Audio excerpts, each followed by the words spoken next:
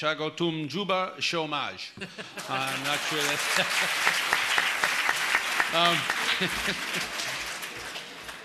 It's really hard to know what to say in such a really exciting event. I find myself so energized and at the same time wondering if I have anything to contribute at all.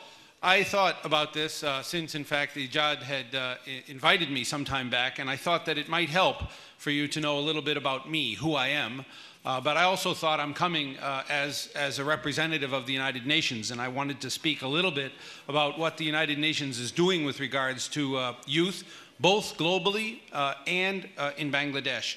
And finally, I wanted to conclude with some thoughts on what I believe is the growing potential of youth to contribute in a meaningful and effective way to creating a better world. First, starting with myself, I'm from America, and the first thing I can tell you if you would like to become a good global citizen is to know your own country. Know your own country better to appreciate other countries. When I graduated from university as an undergraduate, I really thought that I would never go back to university, and I took a motorcycle on a 3-year journey through the United States of America and into Mexico. During that period, I didn't get any support from my family. They did not think it was a very useful investment of my time, but I found it to be incredibly learning experience. I worked anywhere and everywhere that I could. I had to keep my motorcycle in very good shape. I had to feed myself, and I had to live. In different times and in different jobs, you know, I worked unloading fishing boats on the North Atlantic. I worked in the oldest operational steel mill in the United States, a very dangerous place, I might add. It was built in 1864 and was a very dangerous place. I worked as a carpenter. I worked as an operator. And I even worked as a translator in Mexico for a short while. And all of these jobs introduced me to people that I would never have met in any other circumstances. They taught me a lot about my own country. They taught me about my neighboring country and what my neighboring country thought of my own country. And I think these lessons have served me well throughout life. And the other element of that is not only did I learn my own country, but I learned really that every single job you do pays dividends. You learn both things to do that otherwise you wouldn't imagine knowing how to do. You meet people that you wouldn't otherwise meet. And in fact, you learn how to focus on results. You learn how to get things done. If you have a job and you need that job, somehow you figure out what needs to be done and you work harder as a result. But also what I found was that I didn't get the kind of satisfaction from those jobs that I expected from the time I put into a job. And I decided to go back to graduate school. And from graduate school, I managed to do an internship with the Organization of American States, an unpaid internship, which I recommend to everybody here as a viable means of getting yourself into a professional organization that does work that you're interested in. When I was finished with my internship, they sort of said, well, you can't leave. And I said, well, gee, the internship is over. And they said, well, how about if we pay you? And in fact, that worked out. I stayed with the Organization of American States for 7 years, in fact, in Latin America. I met my wife, and we got married in Bolivia. This is now more than 26 years ago. And we have two wonderful children. My oldest is actually the same age as Michael's youngest, is 22 years old. He's recently graduated from college, and he's very keen to come and live in Bangladesh. Yeah. And also, as with Michael's children, both of my children, my daughter is still in university, and I was also thinking when she finishes in another year, she would like to come to Bangladesh. Both, yeah.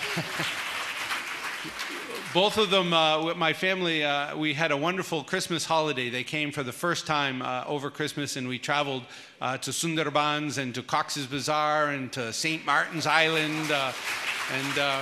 I feel that they were very energized by the very positive experience they had with people and with the challenges that the country faces, but most of all, the attitude that the people in Bangladesh have when they face problems. It's the smile. It's the yes, I can help you with that. Yes, we can do that. It's that energy that this country has. I think that it makes it really quite unique in the world of countries that I have been in.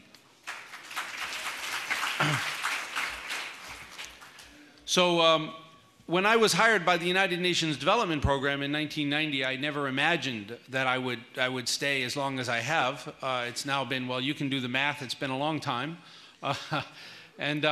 With the United Nations, I've worked in the Arab countries, I've worked in the heart of Africa, I've worked in Central America, and I've worked in Central Asia. I've worked in North Asia, and now, as we say in my part of the world, leaving the best for last, in South Asia. It's really the passion for the work that drives me. And so it isn't just that, you know, you should take any job and learn from it. It isn't just that you should work hard at anything you do.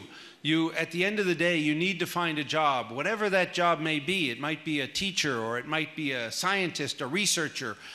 Whatever that job gives you, it must give you a sense of passion. It must give you a sense that you are happy with your life. You feel that you're doing something that makes a difference for the people around you and or for the broader community. And I think that's really one of the most critical elements that I could offer for you from my experience in terms of looking towards your future. Work on something that gives you enormous satisfaction, that you have passion for, and you will, in fact, live what it is said on the wall. I slept and dreamt that life was joy.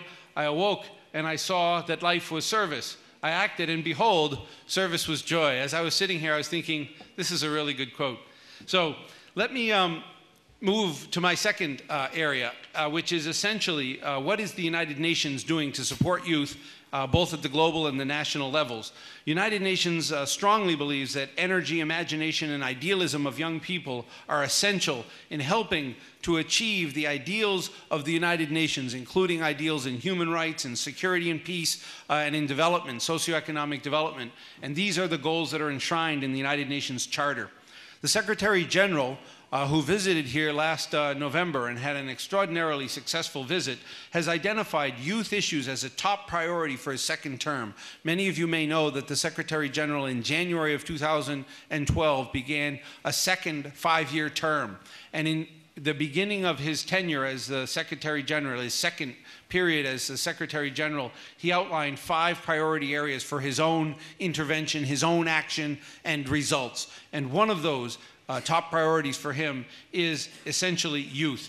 He plans to appoint a special advisor on youth to work in areas such as employment, social and political inclusion, and education, including, I might add, education on sexual and reproductive health.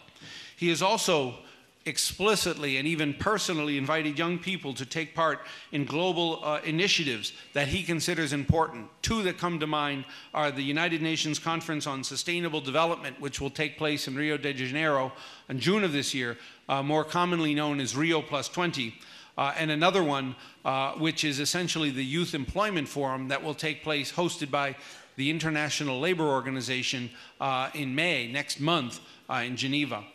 So essentially, what we're looking at is how to strengthen the participation of youth in decision-making. We have different ways of doing this ourselves in individual agencies and in individual organizations and so forth, but what's very important is what each country does. And Bangladesh has been a leader in speaking out on some of these issues and has also included young people into their different delegations to different commissions and different events around the world. We believe that this is a very strong way of strengthening the involvement of youth in the agenda of the United Nations. Closer to home, here in Bangladesh, the UN system is engaged in a very broad range of youth support initiatives and interventions. And very briefly, I'm just going to mention a few of these. First, we work very closely with the United Nations Youth and Students Association of Bangladesh, which has a very funny way of calling itself as UNISAB, which is essentially a voluntary organization that was founded in 2001 with support and guidance provided by the United Nations Information Center.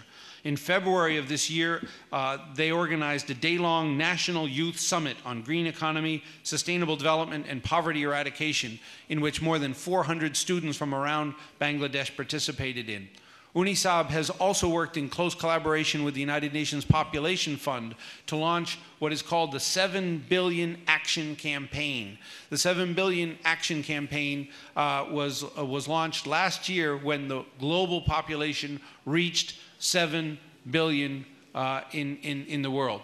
And essentially, as we looked at that, we felt that this is 7 billion opportunities. Each and every one of us can make a difference. And UNISAB, working with the United Nations, organized more than 14 events to celebrate both the population and the potential of that population, including concerts, cultural shows, debate competitions, as well as radio and talk shows.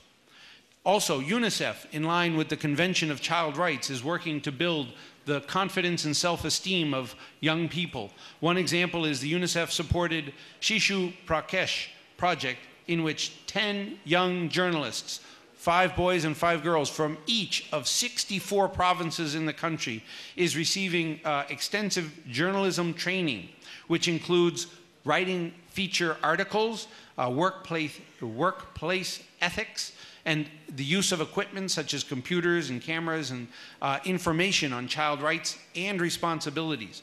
These young people are then encouraged to report and to write articles on the issues that matter most to people. Another project is the UNDP-assisted Access to Information project, which in fact has been used to help young people find jobs through the internet. Young people are trained in how this works, and essentially this was launched by the Prime Minister about last year. And it's originally it was launched in Dhaka City, but it's now operational in Memising, in Pajagar, and Kushta. And we have what we believe some 50,000 youths in 2012 will benefit from this online initiative. So I think WFP, the World Food Program, also works to address the basic needs of adolescents, and particularly adolescent girls, encouraging them to adopt healthy nutrition strategies. And we have the International Labor Organization, which is supporting youth empowerment as well as youth employment. But I would like to add something which I think is really important. It's not only what United Nations is doing for the youth in Bangladesh. It is in fact what the youth of Bangladesh are doing for the world. As many of you will already know, Bangladesh has consistently been amongst the top countries in contributing troops and police to United Nations peacekeeping forces around the world. Yes?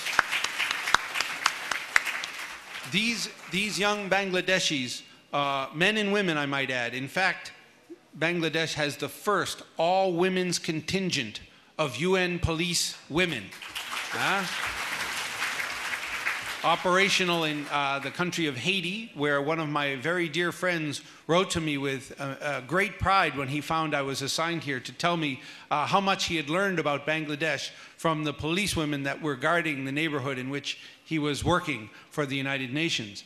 I think that their commitment and their professionalism is widely recognized. It's not only recognized in New York and in the capital cities of the world, but it's recognized in the small villages and the towns where they're working and where they're keeping peace. In fact, one African country has actually adopted the language of Bengali as a second official language, as a result of the very committed work and the long-term presence of the Bengali soldiers in the peacekeeping mission there. So I think that the efforts and courage of the Bengali peacekeeping troops and the Bengali police in the United Nations missions around the world has made a difference in the lives and in the livelihoods of hundreds of thousands of people that are living in dire straits and in areas of war and instability. Obviously, UN peacekeeping is not an easy job. It requires energy, passion, and commitment. But I would like to say that these are precisely the very qualities that all of you here today have. Now that's worth an applause. All of you have that today, yes? So, closing remarks. Let me say this. This is your world, and you can make a difference. Yeah, I really believe that. The world is now home to 1.2 billion people, youths, young people, who together constitute more than 1/5 of the world's population. Historically, their voices, their contributions, and their aspirations have not been well heard in the governing circles that run the world. But I believe, and I believe that you can see that this reality has changed radically over the past year. We only have to look as far as the Middle East, where young people and their ideas, their opinions, and even their frustrations have served as powerful catalysts for political and social change. Certainly in Bangladesh, youths and students have always played a pivotal role in effecting change through political and social movements, as evidenced by the language movement, which resulted in the adaptation of the 21st of February as International Mother Language Day as a result of what's happened here. The tools available to all of you have also changed radically in a short period of time. We have ICT technology, we have the internet, blogs, social networks. All of this has made the communication of news, ideas, and experiences instantaneous. Youth across the globe are connected through media and pop culture, as well as through political and social activism. During an online discussion just this month with youth from around the world, Secretary General Mr. Ban Ki-moon encouraged youth to engage more with the world around them. And I'm going to quote what he said. He said, "Young people are transforming our world here and now. Around the world, youth are standing up for what they believe. When I was in my 20s, I also participated in political protests to demand democracy. The difference is that today, a movement can go global and have global impact in a matter of seconds." While the specific issues vary from country to country, more often than not, there are issues and challenges that are shared by youth throughout the world. What is most exciting is that experiences and lessons generated in one part of the world can be accessed immediately at the click of a mouse or at the tap of a finger. And there we get the concept of global citizenship. What do I mean? Well, I've already given you some ideas from my own personal experience, but I think at its most fundamental level, global citizenship is the idea that we are all connected to one another, that issues such as human rights, poverty, environment, and gender are complex, they're interrelated, and they are shared concerns, regardless of nationality or even of continent. I think that it also means we all benefit through increased dialogue and the exchange of ideas and experiences. So, to finish up, let me just say that all of you collectively have the tools and opportunities to become citizens of the world in a way that was never possible for earlier generations, most notably the generation represented on the stage up here, at least if I may speak for myself. What does that mean for you? All of the world knows of Bangladesh, most notoriously because of the challenges that Bangladesh faces. Typhoons, natural disasters, poverty. This is what the world thinks. All too often, I'm sorry, but this is what the world thinks, first and foremost, when they hear of Bangladesh. But it's my view, in 1 year living here, that this is the smallest part of the story in Bangladesh. From my perspective, Bangladesh has achieved a decade of economic growth. It is on track to achieve many of the Millennium Development Goals, or the MDGs as we call them. And it is a democratic, tolerant country that has a history of constructive engagement in global dialogue. Together, let's tell the world about this country and how Bangladesh is addressing the difficult challenges it is facing, as well as the incredible successes and the many positive achievements. Please, I would encourage you to raise your voices and to contribute constructively to the global dialogue. Most importantly, I would encourage all of you to create positive energy around yourself and around the people that you love. Focus on achieving quality results and to sharing and promoting success stories from your own personal experiences. Don't be afraid to jump in and contribute the perspective of young people in Bangladesh. I would like to end here by reminding you that the United Nations system belongs to all of you in this room, the youth of Bangladesh. Make it yours and contribute constructively to the proud membership of Bangladesh in the United Nations. Thank you.